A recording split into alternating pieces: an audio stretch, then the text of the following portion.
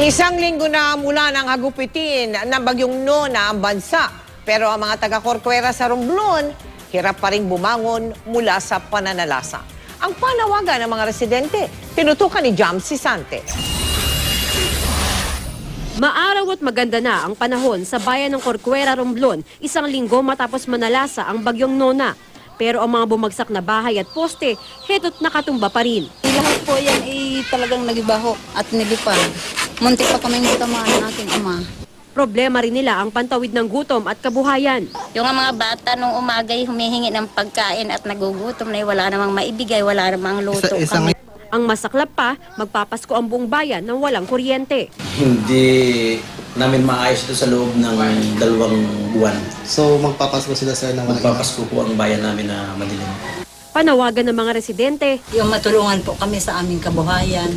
Tapos ang mga bahay po, sana po tulungan niya sa paggawa. ang baha namang idinulot ng bagyong Nona sa Masantol, Pampanga, hindi pa rin humuhupa.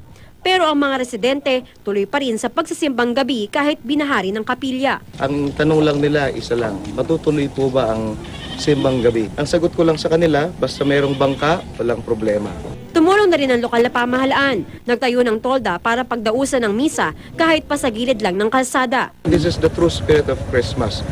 Lalo na ngayong Year of Mercy, yun ang dasal namin, bumaba na ang tubig para bukas maayos na yung chapel namin.